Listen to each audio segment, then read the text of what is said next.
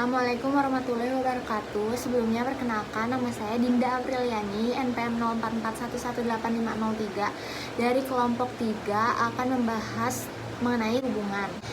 Jadi hubungan menurut Kamus Longman yaitu the way two people or two groups feel about each other and behave towards each other, atau cara dua orang atau dua kelompok merasakan satu dengan yang lainnya dan bertingkah laku satu dengan yang lainnya.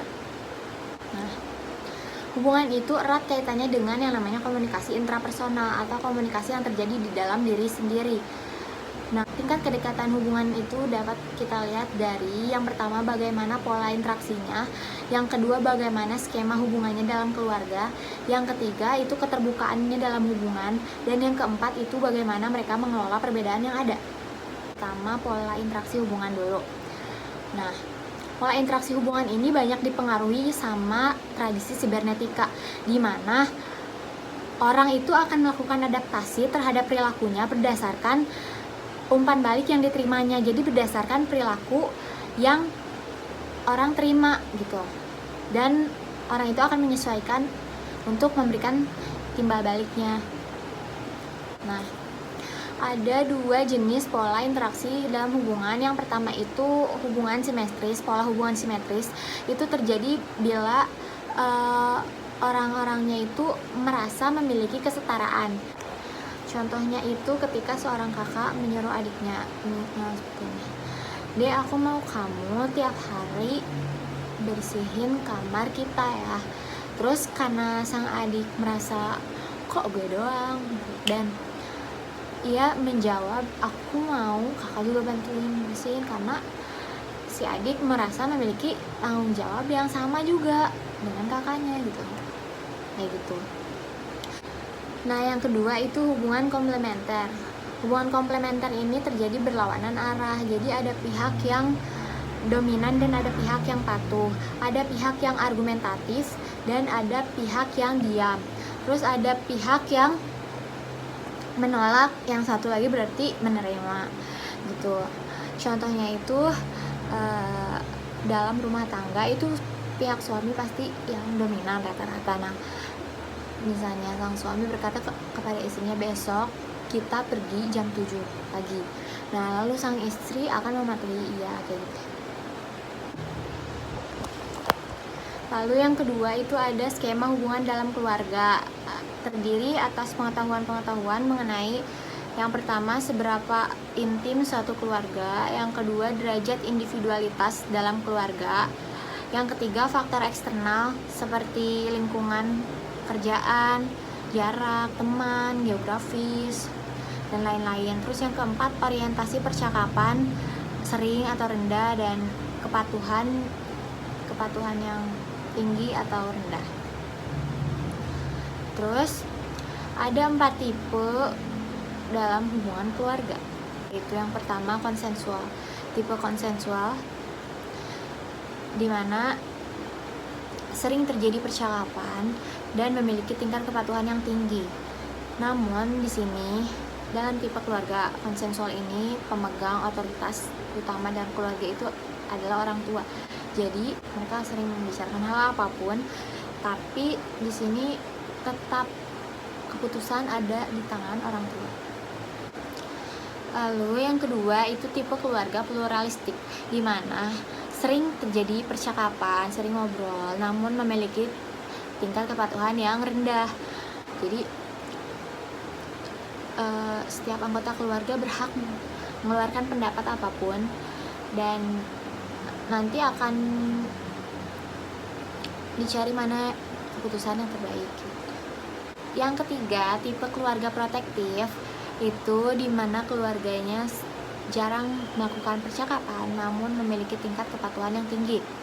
Nah, tingkat kepatuhan yang tinggi ini biasanya didapatkan dengan melakukan ancaman atau ketakutan-ketakutan jika anggota keluarganya tidak patuh.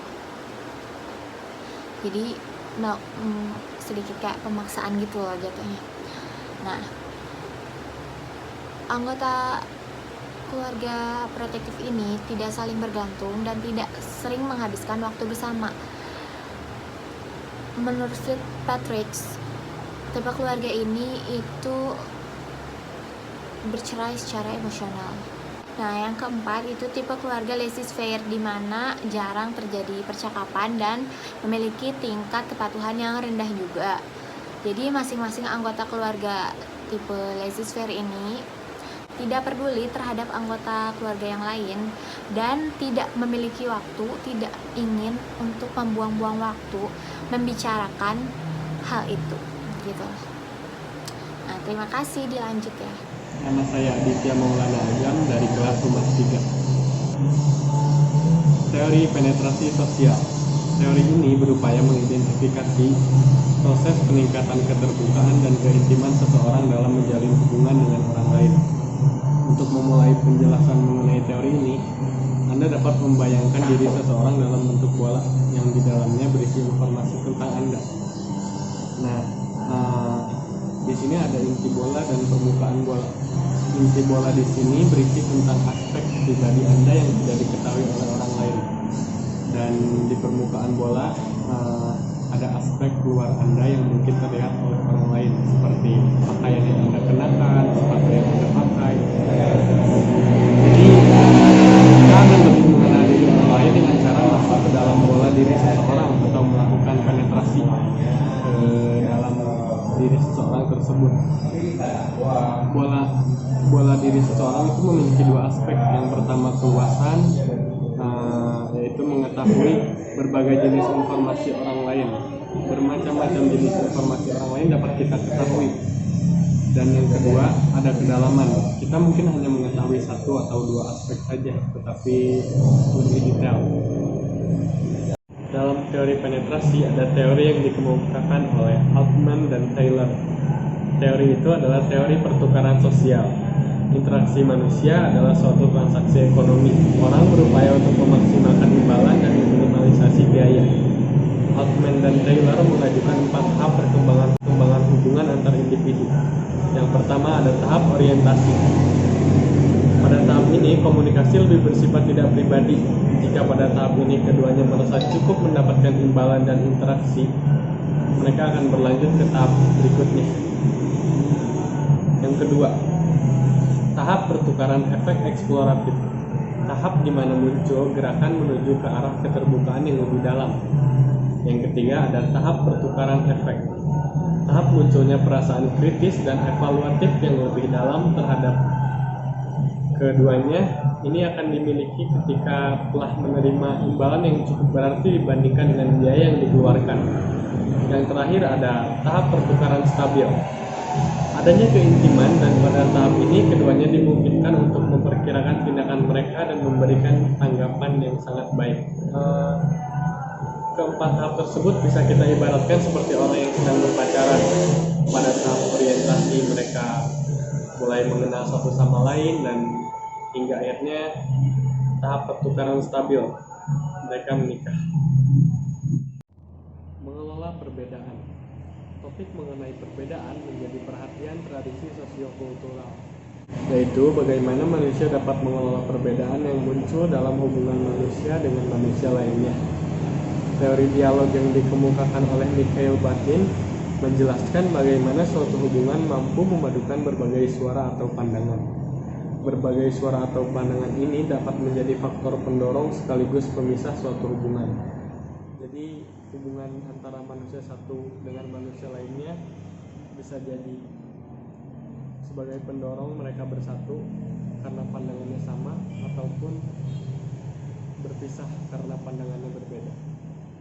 Assalamualaikum warahmatullahi wabarakatuh. Nama saya Salva Alvira Putri dengan NPM 0441188568. Di sini saya akan menjelaskan tentang teori dialogis dan teori hubungan dialektik.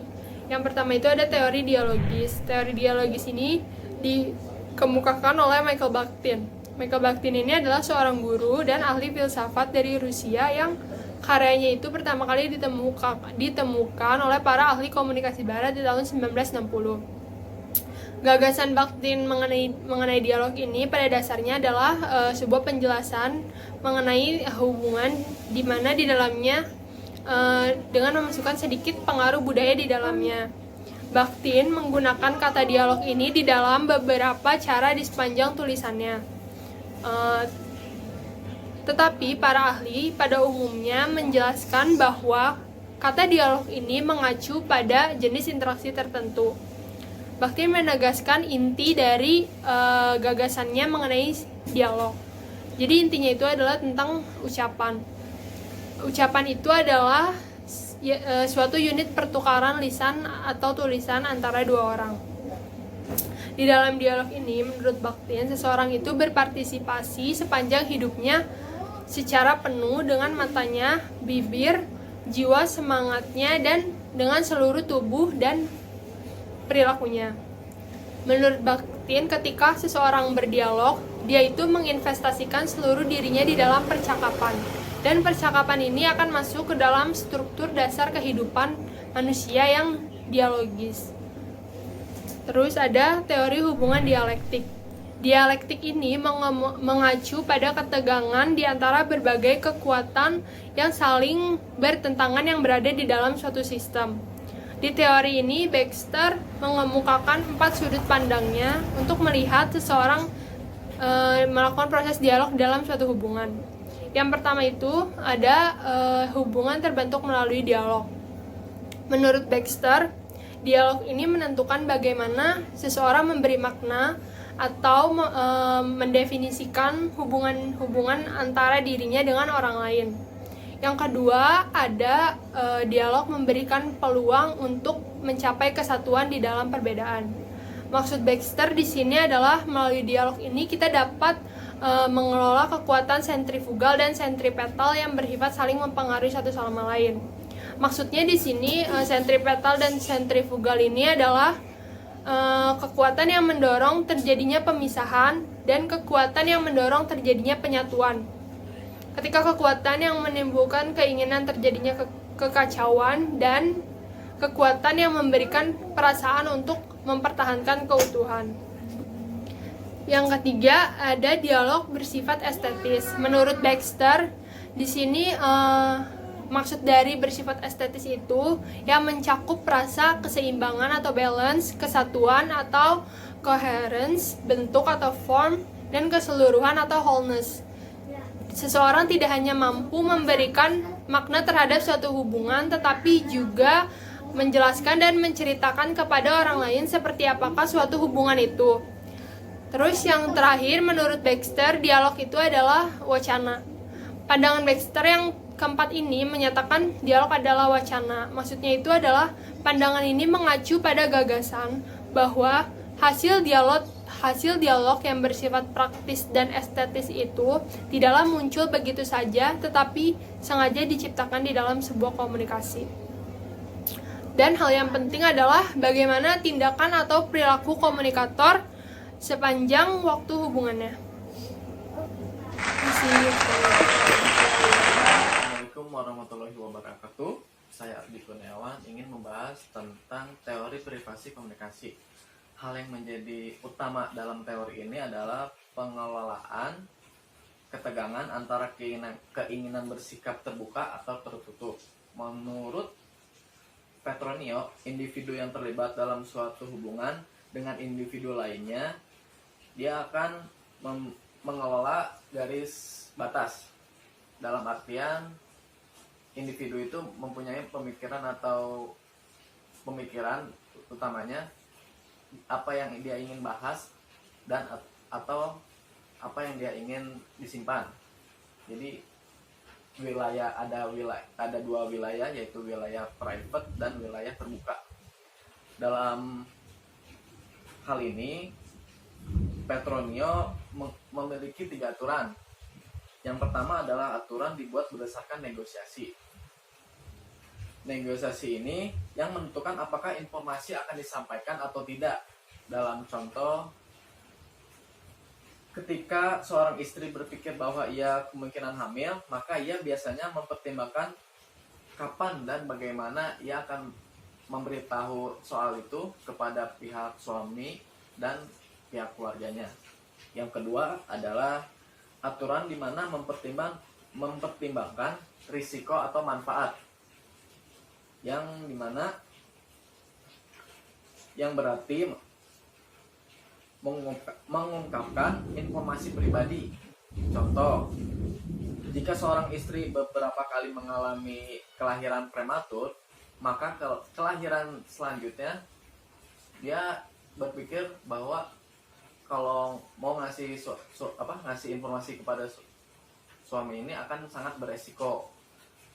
Yang ketiga, aturan dibuat mempertimbangkan kriteria lain.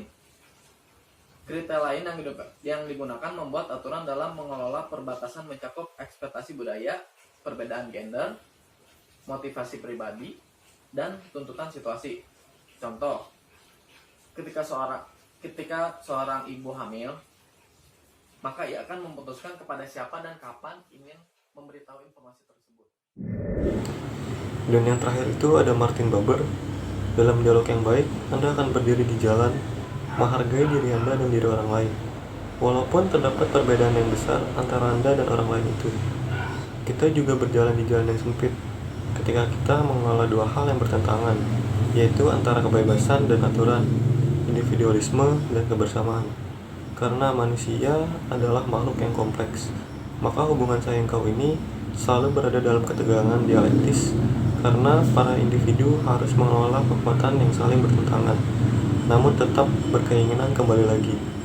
Namun seringkali orang tidak memperlakukan orang lain sebagai individu yang berharga.